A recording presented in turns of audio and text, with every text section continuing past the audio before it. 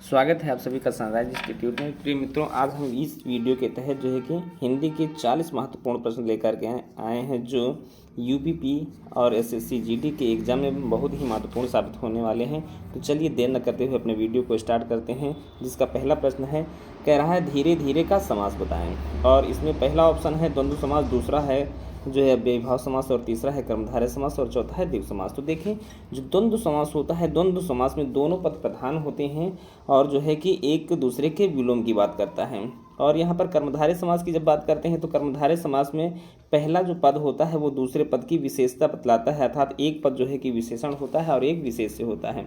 द्विगु समास की जब बात करते हैं तो द्विगु समास जो है पहला पद जो है कि संख्यावाची होता है और दूसरा पद जो है कि समूहवाची होता है, वहाँ पर जो है कि द्विगु समास होता है। लेकिन यहाँ पर धीरे धीरे में पूछा गया है कि धीरे धीरे में समास, तो यहाँ पर जो बी ऑप्शन है ये राइट आंसर होगा, धीरे धीरे। यदि हम कोई शब्द दोहराते हैं या प्रथम पद जो है अव्यय होता है तो वहाँ पर जो है कि वहाँ पर अव्ययीभाव समास होता है। तो पहले प्रश्न का सही जवाब होगा अव्ययीभाव समास। नेक्स्ट प्रश्न है प्रश्न नंबर दूसरा, और प्रश्न नंबर दूसरे में एक लोकोक्ति पूछी गई है और जिसमें पूछा गया है आँख न दीदा काढ़े कसीदा लोकोक्ति का अर्थ क्या है। और ऑप्शन है बहुत निपुण बनना, साधन न होने पर भी काम कर लेना, सर्वथा अयोग्य, या योग्यता न रहने पर भी काम करने की सीख ही मारना। तो इसका जो सही जवाब होगा डी ऑप्शन होगा। आँख न दीदा काढ़े कसीदा का जो तात्पर्य होता है योग्यता न रखने पर भी काम करने की सीख ही मारना, अर्थात डी ऑप्शन सही होगा। नेक्स्ट प्रश्न है प्रश्न नंबर 3, कह रहा है कि वही मनुष्य है जो मनुष्य के लिए मरे। वही मनुष्य है जो मनुष्य के लिए मरे, इस पंक्ति में अलंकार कौन सा है। तो अनुप्रास अलंकार पहला ऑप्शन है, दूसरा है यमक, और तीसरा है श्लेष, और चौथा है रूपक।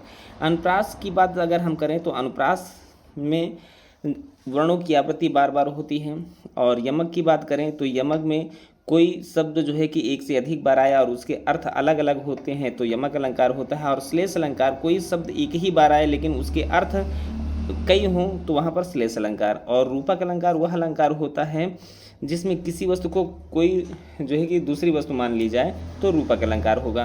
लेकिन यहाँ पर कह रहा वही मनुष्य है जो मनुष्य के लिए मरे, अर्थात मनुष्य और मनुष्य शब्द 2 बार आया है, यहाँ पर यमक अलंकार होगा।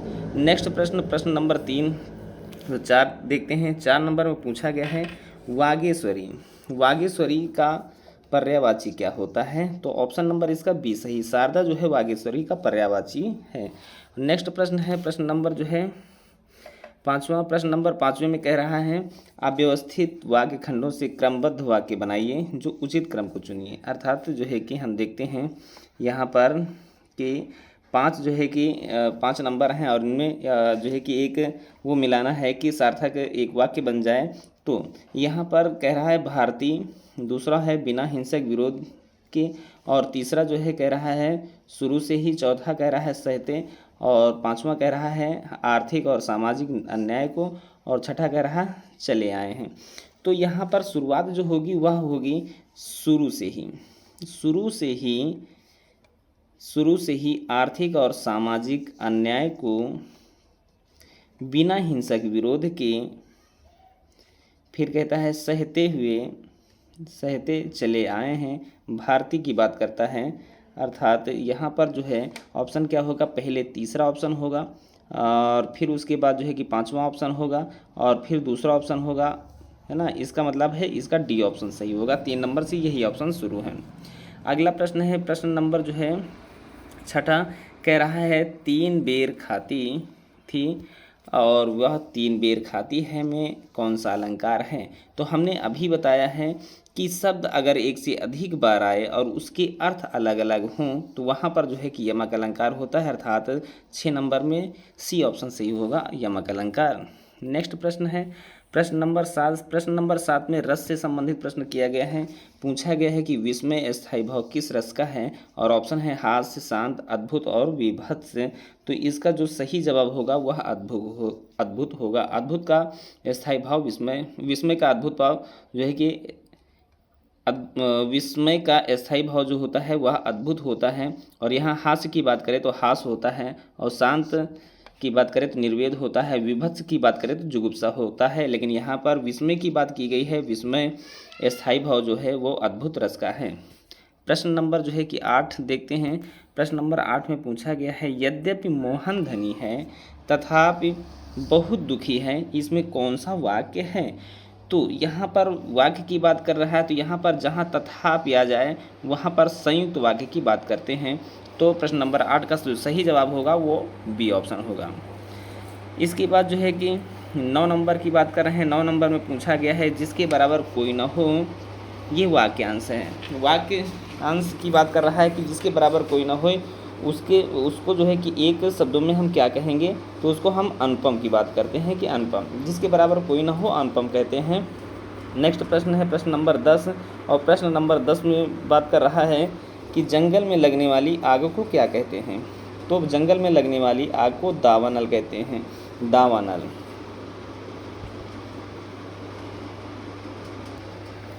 नेक्स्ट प्रश्न है प्रश्न नंबर 11। प्रश्न नंबर 11 कह रहा है, प्रश्न नंबर 11 में कह रहा है कि चरण कमल बंदो हरिराई में अलंकार कौन सा होगा? तो यहाँ पर रूपक अलंकार होगा। और 12वां प्रश्न है, 12वें प्रश्न में कह रहा है 3 लोक से मथुरा न्यारी का अर्थ क्या होगा? 3 लोक से मथुरा न्यारी मतलब जो है कि ये एक मुहावरा है। इसका जो सही जवाब होगा वह होगा सबसे निराला होना। नेक्स्ट प्रश्न है प्रश्न नंबर 13। प्रश्न नंबर 13 की बात अगर हम करते हैं तो पूछा गया है कि मिथिलेश कुमारी किन्हें कहते हैं? तो मिथिलेश कुमारी सीता को कहा जाता था। और 14 नंबर प्रश्न है, खड़ी बोली का प्रथम महाकाव्य कौन सा था? तो खड़ी बोली का प्रथम महाकाव्य जो था वह प्रिय प्रवास था, अर्थात बी ऑप्शन सही होगा। नेक्स्ट प्रश्न है प्रश्न नंबर 15। प्रश्न नंबर 15 में पूछा गया है कि अतः शब्द का समानार्थी शब्द बताएं। अतः शब्द का समानार्थी जो शब्द होगा वह होगा परिणामता। नेक्स्ट प्रश्न है प्रश्न नंबर जो है कि 16, और प्रश्न नंबर 16 की बात अगर हम करते हैं तो यहाँ पर पूछा गया है वृक्षों से पत्ते झड़ते हैं में कौन सा कारक है? और ऑप्शन है कर्ता कारक, संप्रदान, अपादान और अधिकरण। जब सी का प्रयोग होता है तो सी का प्रयोग करण और जो है कि अपादान दोनों में होता है, लेकिन जहाँ पर एक दूसरे से अलगाव की बात करते हैं तो वहाँ पर अपादान कारक हो जाता है, अर्थात 16 नंबर का सी ऑप्शन सही है। वृक्षों से पत्ते झड़ते हैं में अपादान कारक होगा। नेक्स्ट प्रश्न है प्रश्न नंबर जो है कि 17। प्रश्न नंबर 17 कह रहा है विचार में इक प्रत्यय लगाने से कौन सा शब्द बनता है? और ऑप्शन है वैचारिक, विचारिक और विचौरिक और वैचारिक। तो इसका जो सही जवाब होगा वैचारिक होगा, है ना। विचार में इक प्रत्यय लगाने से वैचारिक शब्द बनता है। अगला प्रश्न है प्रश्न नंबर जो है 18। प्रश्न नंबर 18 में कहा गया है शुद्ध वाक्य पहचानिए। शुद्ध वाक्य पहचानने की बात कर रहा है तो इसका जो सही जवाब होगा सी ऑप्शन होगा, मेरा एक भाई और 5 बहनें हैं। और नेक्स्ट प्रश्न है प्रश्न नंबर जो है 19। प्रश्न नंबर 19 में कहा जा रहा है कि बुढ़ापा एक अभिशाप है, और इस बुढ़ापा रेखांकित शब्द में किस संज्ञा की बात करते हैं? तो जातिवाचक संज्ञा तो ये हो नहीं सकती है, इसलिए बुढ़ापा है ना। व्यक्तिवाचक संज्ञा भी नहीं होगी, समूहवाचक। जातिवाचक संज्ञा वह संज्ञा होती है जिसमें किसी की जाति का बोध होता है, और व्यक्तिवाचक संज्ञा किसी व्यक्ति, वस्तु, स्थान के नाम को हम जो है कि व्यक्तिवाचक संज्ञा कहते हैं। समूहवाचक वह शब्द जो समूह का संकेत करे, जैसे हम कह लेते हैं कि सेना, ताश, इस तरह के शब्द। लेकिन यहाँ जो बुढ़ापा है, बुढ़ापा में भाववाचक संज्ञा होगी, अर्थात बी ऑप्शन सही है। नेक्स्ट प्रश्न है प्रश्न नंबर जो है 20, और प्रश्न नंबर 20 में कहा गया है कि मीनाक्षी का अर्थ क्या है? मीनाक्षी का अर्थ क्या है? मीनाक्षी का जो अर्थ होता है वह बी ऑप्शन होगा, मछली की तरह गोल आँखों वाली। अगला प्रश्न है प्रश्न नंबर जो है कि 21, और प्रश्न नंबर 21 में पूछा गया है कि संपन्नता का विलोम शब्द क्या होगा? तो संपन्नता का विलोम शब्द जो होगा वह निर्धनता होगा, अर्थात इसका बी ऑप्शन सही है।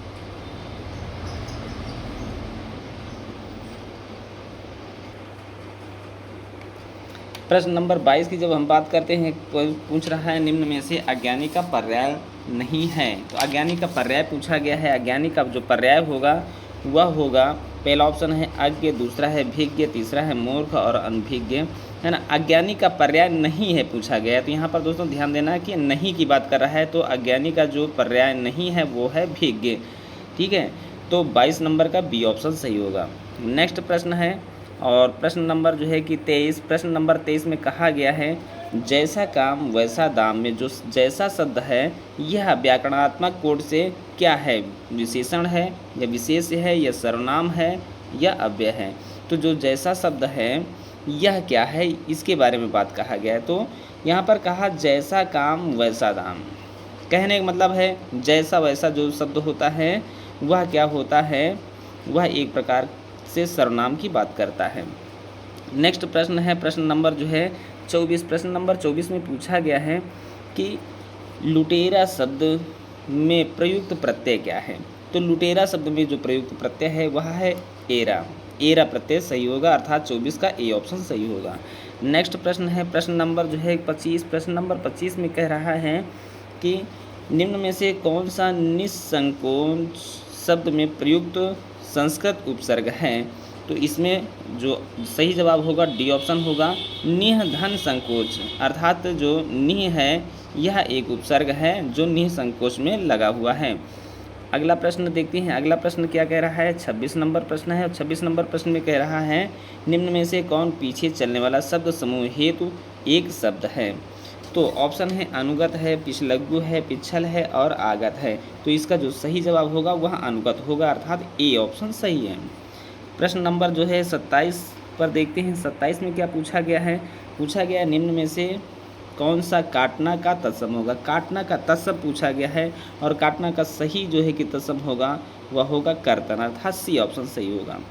अगला प्रश्न है प्रश्न नंबर जो है 28। प्रश्न नंबर 28 में पूछा गया है कि कट जाना मुहावरे का अर्थ क्या है। कट जाना मुहावरे का जो अर्थ होगा वह होगा डी ऑप्शन, अर्थात आंखें चुराना। आंखें चुराना का तात्पर्य होता है कट जाना।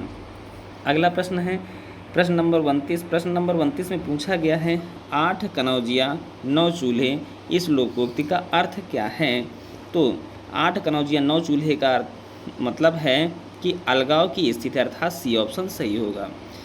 अगला 30 नंबर में पूछा गया है कि कौन सा चक्रपाण में समास है। तो चक्रपाण कह रहा है अर्थात चक्र को हाथ में लिए हुए अर्थात की बात करता है, अर्थात तीसरा जो है कि पद प्रधान होता है, इसलिए हम यहाँ पर बहुब्रीहि समास की बात करते हैं। अर्थात चक्रपाण में जो है कि बहुब्रीहि समास है। अव्ययी भाव समास में पहला पद अव्यय होता है। तत्पुरुष समास में जब विग्रह करते समय कारक विभक्तियों का जो है कि आ जाना ही तत्पुरुष समास होता है। और कर्मधारय समास की बात अगर हम करें तो पहला पद दूसरे पद की विशेषता को बतलाता है।